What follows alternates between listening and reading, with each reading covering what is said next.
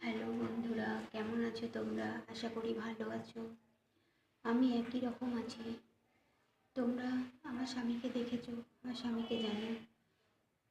ওর বাবার জোরটা কিছুতেই আসছে না।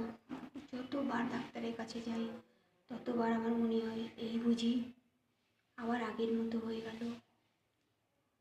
কিন্তু জানি না ঠাকুর কবে আমাদের থেকে মুখ তুলে চাইবে।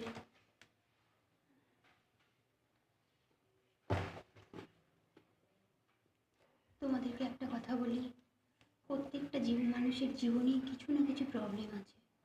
আমার জীবনেও আছে। একটা ছোট্ট কথা তোমাদের সাথে আজকে শেয়ার করছি।